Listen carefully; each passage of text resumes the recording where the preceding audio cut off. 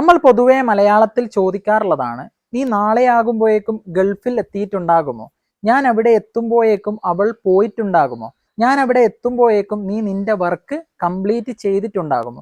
ഈ രീതിയിലുള്ള കാര്യങ്ങൾ, ഭാവിയിൽ ഒരു കാര്യം സംഭവിച്ചിട്ടുണ്ടാകുമോ എന്നുള്ള ഈ രീതിയിലുള്ള കാര്യങ്ങൾ പൊതുവെ നമ്മൾ മലയാളത്തിൽ ചോദിക്കാറുള്ളതാണ്.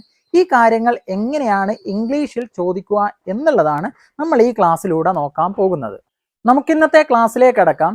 എല്ലാവരെയും ഇംഗ്ലീഷ് ടുഡേയുടെ 70ാമത്തെ ക്ലാസ്സിലേക്ക് സ്വാഗതം ചെയ്യുന്നു. It's me Muhammad Safwan. Welcome to the English today.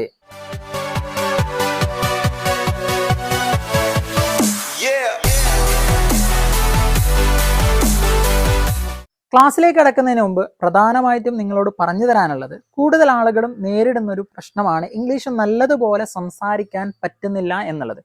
എന്തുകൊണ്ടായിരിക്കും നമുക്ക് ഇംഗ്ലീഷ് നല്ലതുപോലെ സംസാരിക്കാൻ പറ്റാത്തത്? കുറച്ചൊക്കെ എഴുതാൻ അറിയാം, വായിക്കാൻ അറിയാം, കുറച്ചൊക്കെ കേട്ടാലും മനസ്സിലാകും, പക്ഷേ എങ്കിൽ ഇംഗ്ലീഷ് സംസാരിക്കാൻ പറ്റുന്നില്ല. ഇതിനുള്ള പ്രധാനപ്പെട്ട കാരണം വരുന്നത്, നമ്മൾ ഇംഗ്ലീഷിൻ്റെ തിയറി മാത്രമാണ് പഠിക്കുന്നുള്ളൂ. തിയറി മാത്രം പഠിച്ചത് കൊണ്ട് നമുക്കൊരിക്കലും സംസാരിക്കാൻ പറ്റണമെന്നില്ല. തിയറി പഠിക്കുന്നതിൻ്റെ കൂടെ തന്നെ നിങ്ങൾ സംസാരിച്ചും പരിശീലിക്കണം. നിങ്ങൾക്കൊരിക്കലും എന്ന് പറയുന്നത് വാഹനം ഓടിക്കാൻ പഠിക്കുമ്പോൾ അതിൻ്റെ തിയറി മാത്രം പഠിച്ച് ഒരിക്കലും എന്ന് പറയുന്നത് ഒരു വാഹനവും നിങ്ങൾക്ക് ഓടിക്കാൻ പറ്റില്ല. അതുപോലെ തന്നെയാണ് ഭാഷയും. നിങ്ങൾക്ക് തിയറി മാത്രം പഠിച്ചത് കൊണ്ട് നിങ്ങൾക്കൊരിക്കലും എന്ന് പറയുന്നത് ഇംഗ്ലീഷ് സംസാരിക്കാൻ പറ്റിയെന്ന് വരില്ല.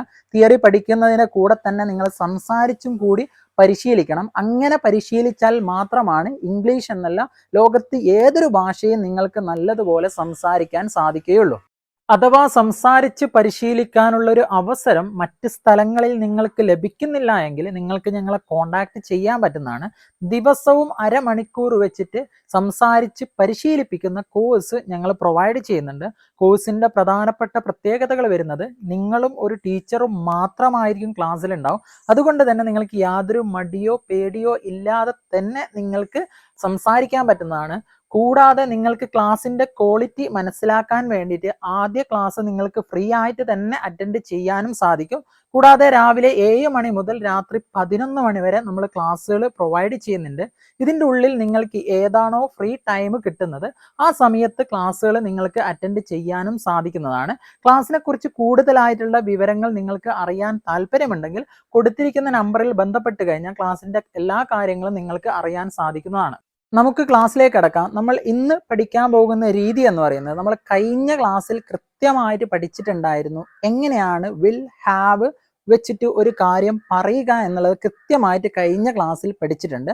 ഈ ക്ലാസ്സിൽ നമ്മൾ നോക്കാൻ പോകുന്നത് വിൽ ഹാവ് വെച്ചിട്ട് എങ്ങനെയാണ് ചോദ്യങ്ങൾ ചോദിക്കുക എന്നുള്ളതാണ് നമ്മൾ ഈ ക്ലാസ്സിലൂടെ നോക്കാൻ പോകുന്നത്. നീ പഠിച്ചിട്ടുണ്ടാകുമോ എന്നങ്ങനെ ചോദിക്കാൻ പറ്റും. നീ പഠിച്ചിട്ടുണ്ടാകുമോ? Will you have studied? നീ പഠിച്ചിട്ടുണ്ടാകുമോ? ഇതിൽ പ്രധാനമായിട്ട് മനസ്സിലാക്കേണ്ടത് വാക്കുകളുടെ ഓർഡറും സാഹചര്യമാണ് കൃത്യമായിട്ട് നിങ്ങൾ മനസ്സിലാക്കേണ്ടത്. സാഹചര്യം എന്ന് പറയുമ്പോൾ ഭാവിയിൽ ഒരു കാര്യം സംഭവിച്ചിട്ടുണ്ടാകുമോ എന്നാണ് ചോദിക്കുന്നത്. വരുന്ന ഒരു സമയത്ത് ഒരു കാര്യം സംഭവിച്ചിട്ടുണ്ടാകുമോ എന്നാണ് ചോദിക്കുന്നത്. അതുപോലെ തന്നെ വാക്കുകളുടെ ഓർഡർ നിങ്ങൾ കൃത്യമായിട്ട് മനസ്സിലാക്കുക. ആദ്യം വില്ല് ചേർക്കാം. രണ്ടാമത് ആരാണോ പ്രവൃത്തി ചെയ്യുന്നത്, ഇവിടെ എന്നുള്ളത് യു എന്നുള്ളതാണ്, യു ചേർക്കാം. മൂന്നാമതായിട്ട് ഹാവ് ചേർക്കാം. നാലാമതായിട്ട് എന്താണോ പ്രവൃത്തി വരുന്നത്, ഇവിടെ എന്നുള്ളത് സ്റ്റഡി എന്നുള്ളതാണ്, സ്റ്റഡി ചേർക്കാം. പക്ഷേങ്കിൽ അത് V3 തന്നെ ചേർക്കാൻ വേണ്ടി ശ്രമിക്കുക. ED വെക്കുക, സ്റ്റഡീഡ് എന്ന് തന്നെ പറയുക.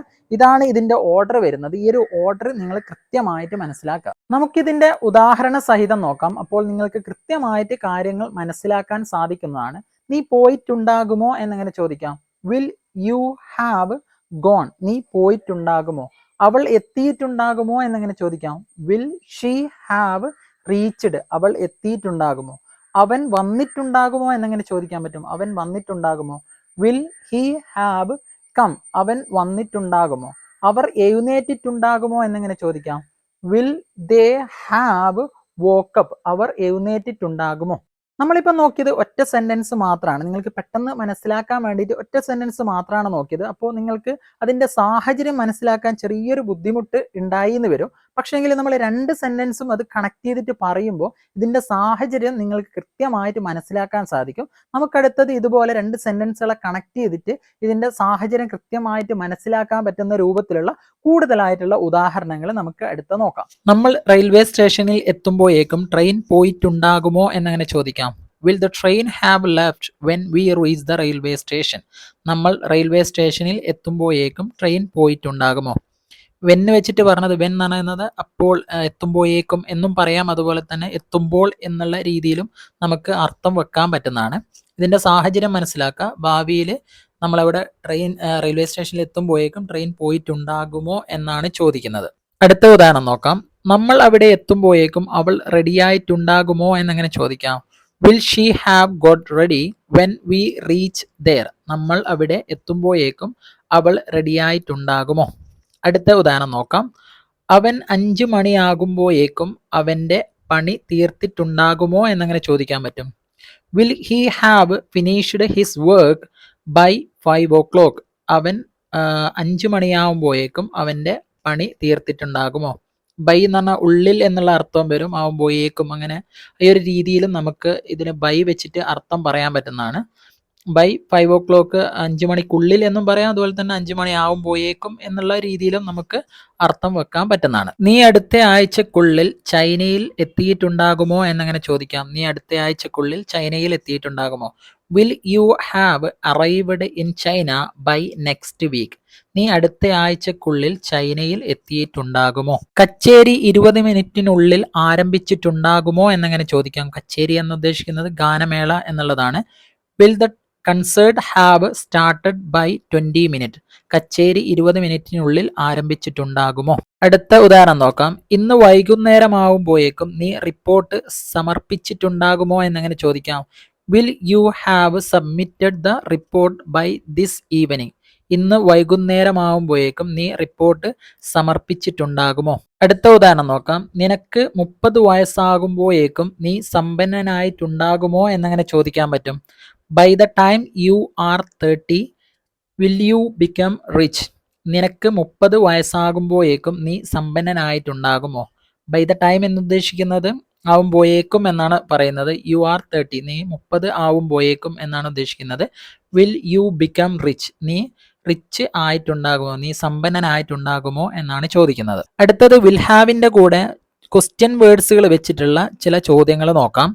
നാളെ ഈ സമയത്തിനുള്ളിൽ നീ എവിടെ എത്തിയിട്ടുണ്ടാകും എന്നങ്ങനെ ചോദിക്കാൻ പറ്റും. Where will you have reached by this time tomorrow? നാളെ ഈ സമയത്തിനുള്ളിൽ നീ എവിടെ എത്തിയിട്ടുണ്ടാകും? അടുത്ത ഉദാഹരണം നോക്കാം. അടുത്ത വർഷത്തിനുള്ളിൽ നീ എത്ര കാലമായി ഇവിടെ ജോലി ചെയ്തിട്ടുണ്ടാകും എന്നങ്ങനെ ചോദിക്കാൻ പറ്റും. How long will you have worked here by next year? അടുത്ത വർഷത്തിനുള്ളിൽ നീ എത്ര കാലമായി ഇവിടെ ജോലി ചെയ്തിട്ടുണ്ടാകും. ഹൗ ലോങ് എന്നുള്ളത് എത്ര കാലം എന്നാണ് ഉദ്ദേശിക്കുന്നത്. അടുത്ത ഉദാഹരണം നോക്കാം.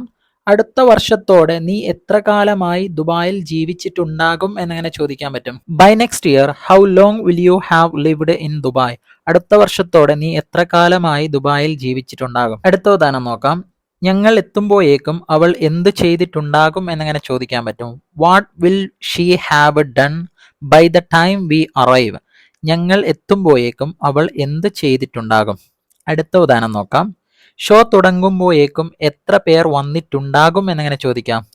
How many people will have come by the time the show starts? Show തുടങ്ങുമ്പോഴേക്കും എത്ര പേർ വന്നിട്ടുണ്ടാകും. അടുത്ത ഉദാഹരണം നോക്കാം.